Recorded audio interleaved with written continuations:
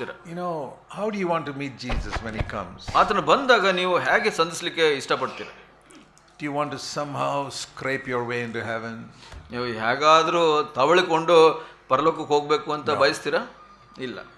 I want to meet Jesus and he should say to me, well done, good and faithful servant.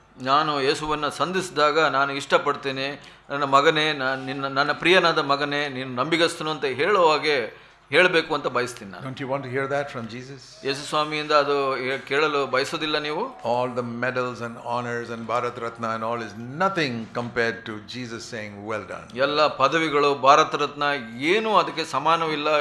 ಯೇಸು ಸ್ವಾಮಿ ನಿಮ್ಮನ್ನ ನನ್ನ ನಂಬಿಗಸ್ತನು ಅಂತ ಹೇಳಿದಾಗ That is the greatest heaven's Ratna you can get. ಅದು ಪರಲೋಕದ ರತ್ನ, ಭಾರತ ರತ್ನ ಅಲ್ಲ ಅದು. See, when Jesus comes, ಯೇಸು ಸ್ವಾಮಿ ಬಂದಾಗ there'll be two types of people among believers. ವಿಶ್ವಾಸಿಗಳ ಮಧ್ಯದಲ್ಲಿ ಎರಡು ತರನಾದ ಜನರು. You read about that in 1 John 2:27. 1 ಯೋಹನ 2:27 ನಾವು ಓದ್ತೀವಿ ಅದನ್ನು. Verse 28, right? 1 John 2:28. 28ನೇ ವಚನ. Little children, he's talking to believers, abide in him. ಆತನಲ್ಲಿ ನೆಲೆಗೊಂಡಿರಿ ಪ್ರಿಯರಾದ ಮಕ್ಕಳೇ, so that when he appears, ಆತನು ಪ್ರತ್ಯಕ್ಷವಾಗುವಾಗ. Now you read about the two types of believers who will be there when he comes. ಆತನು ಬಂದಾಗ ಎರಡು ತರನಾದ ವಿಶ್ವಾಸಿಗಳನ್ನ ನಾವು ನೋಡ್ತೇವೆ. One who have confidence, say, yeah Lord, praise the Lord, you come, I want to see you. ಒಂದು ತರನಾದವರು ಧೈರ್ಯದಿಂದ ಆತನ ಮುಂದೆ ನಿಲ್ಲುವಂತವರು. And the other, ಇನ್ನು ಕೆಲವರು says they're shrinking away. Oh Lord, I didn't know you were going to come so soon, and they are ashamed, they want to cover their face. ಇನ್ನು ಕೆಲವರಿಗೆ ನಾಚಿಕೆ ಆಗುತ್ತೆ, ಅವರ ಮುಖವನ್ನು ಮುಚ್ಚಿಕೊಳ್ತಾರೆ. ಕರ್ತನೇ, ನೀನು ಇಷ್ಟು ಬೇಗ ಬರ್ತೀಯ ಅಂತ ಗೊತ್ತಿರಲಿಲ್ಲ. You see, there are two types of believers in the last when Christ comes again. ಕ್ರಿಸ್ತನು ಬಂದಾಗ ಎರಡು ತರನಾದ ವಿಶ್ವಾಸಿಗಳು ಇರ್ತಾರೆ. Why are these people hiding their face and ashamed? ಯಾಕೆ ಅವರು ಮುಖವನ್ನು ಮುಚ್ಚಿಕೊಂಡು ನಾಚಿಕೆ ಪಡ್ತಾರೆ? Because they had not confessed all their sins. ಯಾಕೆ ಅಂದ್ರೆ ಅವರು ಎಲ್ಲ ಪಾಪಗಳನ್ನು ಅರಿಕೆ ಮಾಡಿಲ್ಲ. They still kept a bitterness against somebody.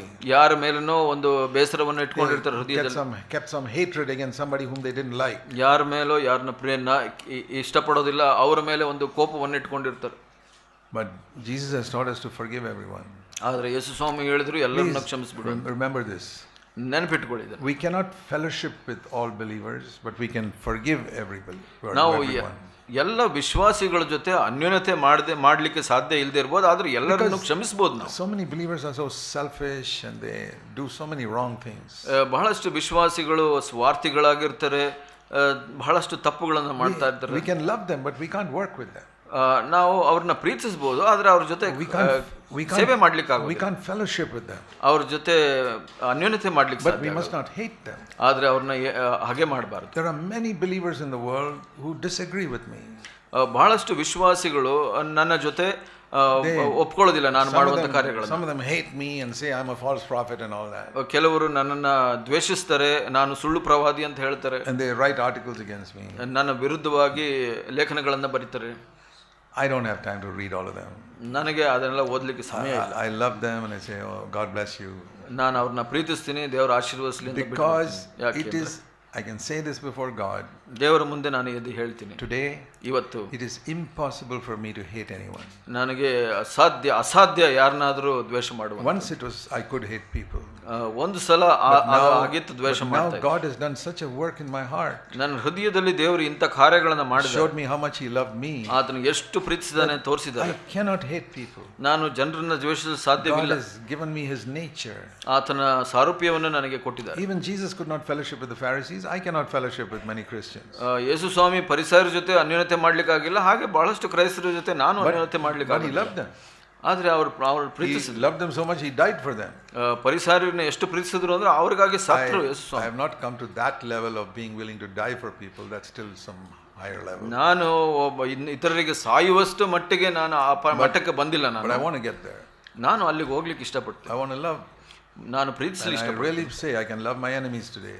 ನಾನು ನನ್ನ ವೈರಿಗಳನ್ನ ಪ್ರೀತಿಸ್ತೀನಿ ಅಂತ ನಾನು ಇವತ್ತು ಹೇಳ್ತೀನಿ. Not enough to die for them like Jesus, but little less than that. ಯೇಸು ಸ್ವಾಮಿ ಅಂತ ನಾನು ಸಾಯಲಿಕ್ಕೆ ತಯಾರು ಅಂತ ಹೇಳೋದಿಲ್ಲ, ಅದಕ್ಕಿಂತ ಕಡಿಮೆ. But no hatred.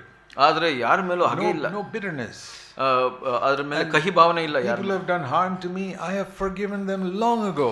ನನಗೆ ಬಹಳಷ್ಟು ತೊಂದರೆಗಳನ್ನ ಮಾಡಿದರೆ ಆದರೂ ಅವ್ರನ್ನ ಬಹಳವಾಗಿ ಕ್ಷಮಿಸ್ಬಿಟ್ಟಿದ್ದೀನಿ ಯಾವಾಗಲೂ. Speak evil of me, ಕೆಟ್ಟದನ್ನ Or ಮಾತಾಡ್ತಾರೆ ನನ್ನ CFC is ಬಗ್ಗೆ, preaching all wrong teaching. CFC ಎಲ್ಲ ತಪ್ಪು ಬೋಧನೆಗಳನ್ನ ಮಾಡ್ತಾ ಇದ್ದೀನಿ ಅಂತಾರೆ. I say, Father, forgive them. They don't know what they're saying. ನಾನು ಹೇಳ್ತೀನಿ, ತಂದೆ ಅವ್ರನ್ನ ಕ್ಷಮಿಸು, ಅವ್ರು ಏನು ಹೇಳ್ತಾ ಇದ್ರು ಅವ್ರಿಗೆ ಗೊತ್ತಿಲ್ಲ. So you must be like that. ನೀವು ಹಾಗಿರ್ಬೇಕು. Forgive, ಕ್ಷಮಿಸಿ. and be good to people. You also, people have hurt you perhaps. ಜನರಿಗೆ ಒಳ್ಳೆಯವರಾಗಿರಿ, ನಿಮಗೂ ಕೂಡ ಜನರು ನೋವು ಮಾಡಿರ್ಬೋದು. Sometimes our relatives hurt us. ನಿಮ್ಮ ಬಂಧು ಬಾಂಧವರು ನಿಮಗೆ ನೋವು ಮಾಡಿರ್ಬೋದು. Mother-in-law, sister-in-law. ನಿಮ್ಮ ಅತ್ತೆ ಆಗಿರ್ಬೋದು, ಅತ್ತಿಗೆ ಆಗಿರ್ಬೋದು. They treat you badly. ಅವರು ನಿಮ್ಮನ್ನ ಕೆಟ್ಟದಾಗಿ ನಡೆಸ್ಕೊಂಡಿರ್ಬೋದು. They rob the family property so that you don't get it. ನಿಮ್ಮ ಆಸ್ತಿ, ಕುಟುಂಬದ ಆಸ್ತಿಗಳನ್ನ ಅವರು ವಂಚಿಸಿಬಿಡ್ಬೋದು. I say, take it. I don't want it. ಪರವಾಗಿಲ್ಲ, ಅದನ್ನು ತೆಗೆದುಕೊಳ್ಳಿ. I'm not going to carry that to heaven. ನಾನು ಅದನ್ನ ಪರಲೋಕಕ್ಕೆ ತಗೊಂಡು ಹೋಗೋದಿಲ್ಲ. So forgive. You'll be a happier man. ನೀವು ಹೆಚ್ಚು ಕ್ಷಮಿಸಿದಂಗೆ ಸಂತೋಷವಾಗಿರ್ತೀರಿ. You'll be able to sleep peacefully at night. ನೀವು ಸಮಾಧಾನದಿಂದ ರಾತ್ರಿ ಮಲಗಬಹುದು. I sleep peacefully at night because I don't have anything against anybody. ನಾನು ಬಹಳ ಸಮಾಧಾನದಿಂದ ನಾನು ಮಲ್ಕೊಂತೀನಿ ರಾತ್ರಿ, ಯಾಕೆಂದ್ರೆ ಯಾರ ವಿರುದ್ಧ ನನಗೇನು ಇಲ್ಲ. My conscience is always clear.